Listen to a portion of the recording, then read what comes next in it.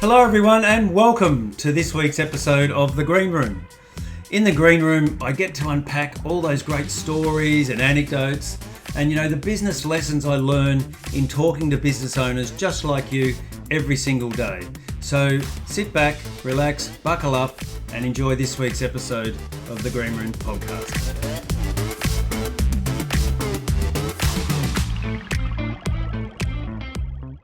Hello everyone and welcome to the Green Room podcast. Hey, I want to talk to you about a question I get asked all the time. Having walked, alongside so many business owners for such a long period of time, 25 years, feels like a lifetime, for such a long period of time. One of the questions I get asked all the time is what makes great business owners and great entrepreneurs great? What do they do differently to what I'm doing? What are they doing differently to, what so many of us seem to be jogging on the spot and we feel like we're stuck in the day to day and everything's washing back over our desk. And, I'm trying to work with so many businesses around how we empower our people to really run the show operationally and give us more freedom, move from a founder-led and founder-fed business to a business there where everyone's empowered to really do their job well. We get great results, and the business owners and leaders get the freedom that they need to have a great lifestyle. The business makes great profit, and the products seem to go out happy customers, minimal emotion. What does that look like, and what makes great entrepreneurs great? Well, I do know a few things that really don't come into play. When we go to school, we're pretty much graded drafted almost like sheep into our intelligence levels based on whatever is the academic diagnostic of the day. And then as we go through school, we tend to, if you go through the same school with the same kids, you tend to get lumped at the same level the whole way through. And it's not till, many of us have broken out into the world post-school and found our entrepreneurial flair, we've found our spot in the world, and we really thrive and we're able to create and grow and do all these awesome things. And the reality is some of us make it better than others. So what are those things that really help us? Well, I know it's not raw intelligence. So it doesn't matter when cash flows tighten. It doesn't matter when a key staff member resigns or markets shift. What matters is, those traits that make great entrepreneurs. What are they? Well, they're very, very practical.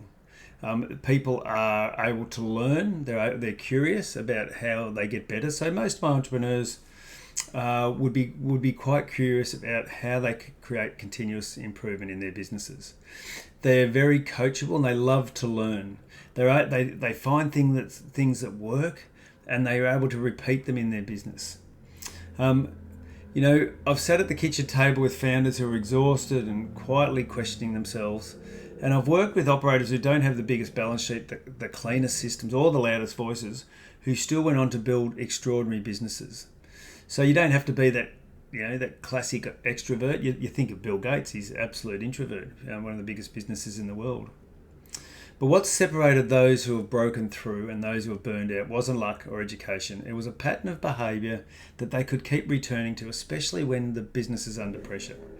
The culture turns up when the business is under pressure. When things aren't going well is when the real culture of the business turns up and when real leadership turns up.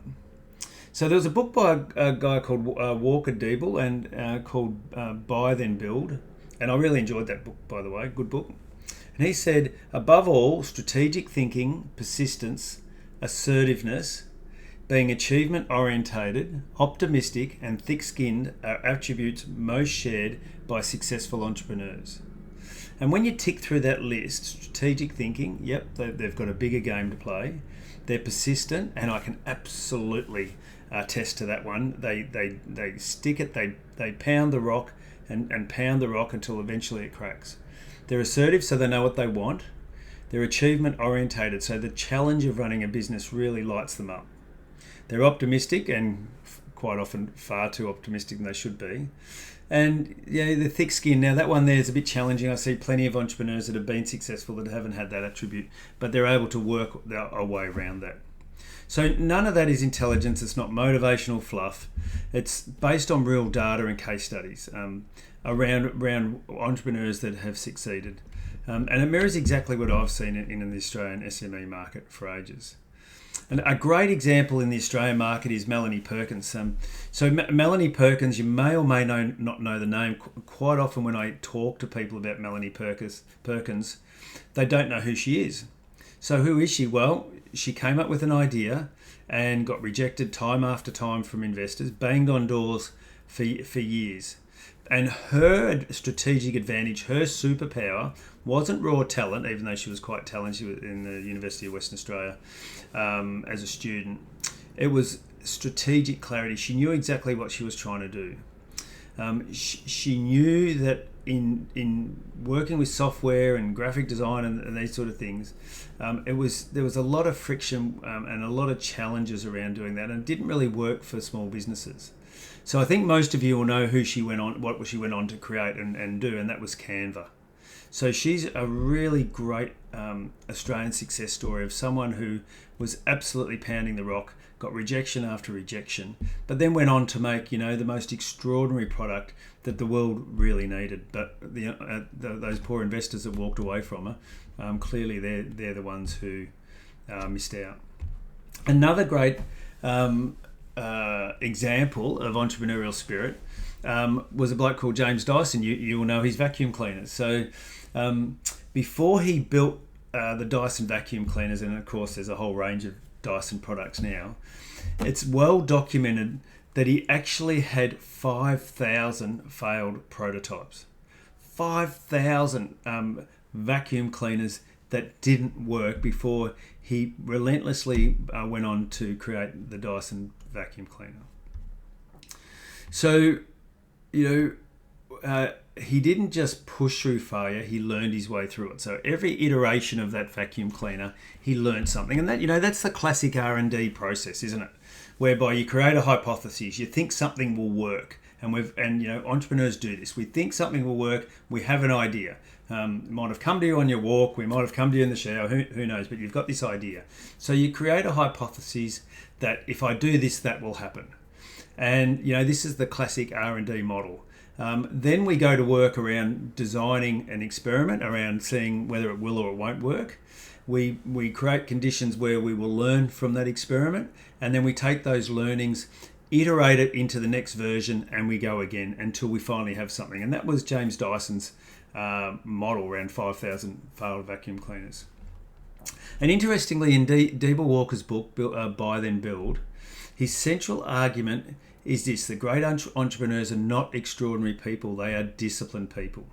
Now, isn't it interesting that you don't have to be the most brilliant person in the room, but if you're disciplined and you do those 1%ers day in, day out, they make those choices around the effort that you put in, the attitude that you bring, the standards that you set, then you don't have to have superpowers. You can actually, anyone effectively can do those things. So theoretically, anyone can be a successful entrepreneur. So those traits again, that they make choices in the day-to-day. They're very disciplined, and they have the effort and the attitude, and they set the standards that have then led to success. So in plain language, what were his takeaways from his book that I want to share with you? Number one, think strategically to reduce risk, not just react faster. So far too many of us are caught in the weeds of the day-to-day. We're very technically orientated, and let's face it, that's where most of us have come from. We're very task orientated, but in lifting our eyes to a bigger picture and putting a risk lens over that, we can start to navigate our way through some more complex scenarios and solve more complex problems in our business model, which then can go on to create really great businesses. The next thing they do, they persist through uncomfortable middle where most people quit. And you will intuitively know this. That uncomfortable middle, when it's not as exciting as it was when you first had the idea, you feel like you're not getting anywhere. You're just pounding the rock and nothing is cracking. It gets uncomfortable thinking, I'm never going to get there. The self-talk kicks in. Well, Dibble says that persisting through that uncomfortable middle is one of the key traits in his findings around what makes great entrepreneurs. Act assertively when the information is incomplete. So many people I see are waiting for it to be perfect, waiting to have all the information, waiting to have tons and tons of data, and so they can triangulate that data into the absolute perfect scenario.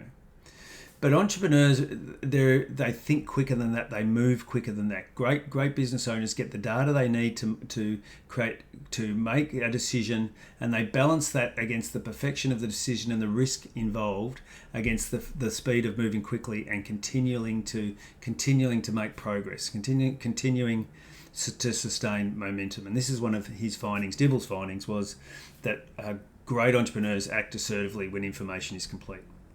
The next of his finding was that they stay really achievement focused by measuring what matters. So one of the greatest things, the Hayes report about what employees value the most, and it's not, interestingly, it was not money. It was a sense of achievement. And I think entrepreneurs are driven by this. They need that sense of achievement and they stay really focused on measuring those things that matters so they can actually make achievement visible. They make progress visible. What does that look like? How do I know that I'm on the right track? How can I continue to pound the rock so that things continue to work? Next, Dibble talks about they hold on to grounded optimism. So they keep investing in the future. They believe they're on the right track. They believe they've got a great idea. They believe in what they're doing. They wake up every day with a very clear understanding of what they want to achieve that day. They wake up every day very, very focused and very positive about what's possible. I love asking the question. In fact, I ask this of myself every single day. I get up today and I think, what am I most looking forward to today? And that gives me something to work towards, something to really drive towards. And at the end of the day, I love asking the question. I love asking people who work with me. The question is, what was the best thing that happened to you today? What does that look like? And in asking those questions, we're really living in that grounded optimism about those things that light us up, those things that make us thrive, and those things that keep us moving in a forward direction and keep us sticking at those processes that are going to get us to where we want to get to. And then finally, the thick skin, so setbacks don't knock us off course. If we have absolute belief that we're on the right track, and there's no doubt, there's no shortage of doubters and no shortage of naysayers and no shortage of people who won't like your idea, and no shortage of people who think you won't get there. I remember 25 years ago when I started my practice, one of the people I approached who I knew well as an associate saying, look, I've started this practice. I'm giving business advice to SME business owners because I've just done my MBA, and when I was in business for myself, I felt really lonely. I didn't know where to turn for advice. I didn't feel like there was anyone in my corner. I didn't feel like there was anyone I could work through and discuss issues with and really unpack problems. And he turned to me and he said, well, Chris, who's going to pay for your advice? 25 years later, that has driven me the whole way. And clearly, he was wrong. There was enough people out there to make this whole thing work and get longevity. But when you'll have no shortage of doubters in your world. When you're an entrepreneur, you'll have no shortage of people who want to knock you off your pedestal. But if you can ride those setbacks and stay the course, the evidence says and the data says that you will have a much stronger likelihood of cracking that rock and being successful and running a really great business that serves you, a business by design, which you can thrive in. So my greatest wish for you and your business is that you don't make a mistake that entrepreneurship is a job you endure. It's not a job. It's a calling. It's a vocation. It's an honor. You get to turn up every day. You have the privilege of being able to set your own rules. Don't turn up as if it's a job. Turn up as if you're creating something you want to thrive in. Turn up with effort and endeavor and achievement and momentum to really dream big, think bigger, and drive into those areas of your business that will ultimately lead to success. So the great news from Dibble's work is that it's not intelligence. It's not how many PhDs you have. It's not how much money you started with in the first place. It's not what you've been given. What it is those things quite often that don't cost anything, that we can all actually, if we learn to leverage, we can all actually become better leaders and run really good businesses. Thinking more strategically, persisting through those uncomfortable middle times when you not feel like you're not making progress and self-talk and doubt starts to set in. Being assertive and making decisions, being agile, making decisions when you mightn't have all the data, obviously putting a risk framework over that, but being agile and learning and really getting momentum through your business is what great business leaders do. Staying achievement focused, I don't think many in my world would have much problem with that. Most of my entrepreneurs and my leaders are very achievement focused and really love the challenge that a business brings. Stay optimistic, because that's really important to be able to keep the momentum and eventually break through. And of course, the last piece there we talked about was being thick-skinned. So these traits that we talk about aren't rare. They're built decision by decision, quarter by quarter. So here's my question to you. It's whether you're willing to become who your business now needs you to be. Are you prepared to stay the course, to think strategically, to persist when you're uncomfortable, to be assertive in your decision making, to be optimistic and really be achievement focused and really drive towards the business that you want? Because that choice, quietly and consistently made, is what truly makes great entrepreneurs great. If you like this podcast, please like and subscribe. Feel free to share it with anyone else that you think this would be of assistance to. And I'm looking forward to seeing you next week on the Green Room.